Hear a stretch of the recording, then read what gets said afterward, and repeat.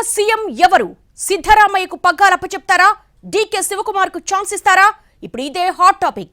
కర్ణాటకలో ఘన విజయం సాధించిన కాంగ్రెస్ ప్రభుత్వ ఏర్పాటుకు సిద్ధమవుతోంది.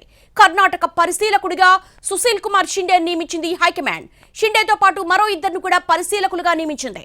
ఇవాళ జరగనున్న సీఎల్పీ సమావేశంలో ఈ ముగ్గురు నేతలు పాల్గొంటారు. సమావేశం తర్వాత అధిష్టానానికి నివేదిక ఇస్తారు. హైకమాండ్ నిర్ణయంపై సర్వత్రా ఉత్కంఠ కనిపిస్తోంది. సాయంత్రం 6:05 షాంగ్రీలా హోటల్లో సీఎల్పీ సమావేశం జరగనుంది.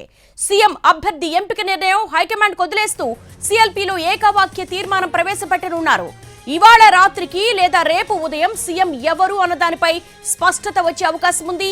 ఒక్కలిగా లింగాయత్ ఎస్సీల నుంచి భారీగా ఎమ్మెల్యేలు గెలవడంతో సీఎం పదవి కోసం ఆ సామాజిక వర్గాల నుంచి ఒత్తిడి పెరుగుతోంది.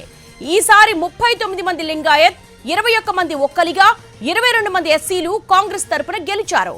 ఎలాంటి వివాదాలకు తావివ్వకుండా పదవుల పంపిణీ పూర్తి చేయాలని కాంగ్రెస్ భావిస్తోంది. ఈసారి ఒక్కలిగా లింగాయత్ దళితులు తమకే ఓటు వేసినందున వారికి సముచిత ప్రాధాన్యం కల్పించాలని చూస్తోంది.